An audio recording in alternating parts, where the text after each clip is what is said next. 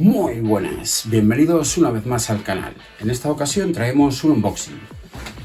Vamos a ver el conocido intercomunicador Egeas V6 Pro.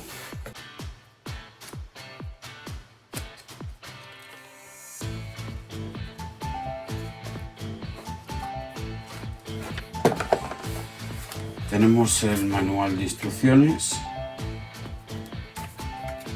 en inglés, alemán, francés y castellano. Genial. El propio intercomunicador tiene buena pinta. Ya veremos a ver qué tal se porta. Y aquí tenemos todos los accesorios. Vamos a ver. Vale, va sujeto con pinza en el casco. Parece que nos trae otra chapita de recambio. No se ve diferencia con la original y unos tornillos. Vale, el cable USB de carga. Una llave que no creo que valga para mucho. Vale, los propios altavoces ya llevan velcro detrás.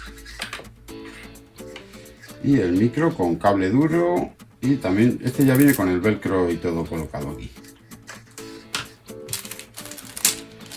Y estos serán pues los velcros para los altavoces. Exacto, nos trae 4 velcros por si no lo colocamos bien de primeras. Bueno, pues esto es todo lo que nos viene. Muy buenas, vengo del futuro solo para decirte que en breve tenemos vídeo del montaje del intercom y de la cámara. Así que si te interesa, ya sabes, suscríbete. Si te ha gustado este vídeo, déjate un like. Y como siempre, hasta la próxima.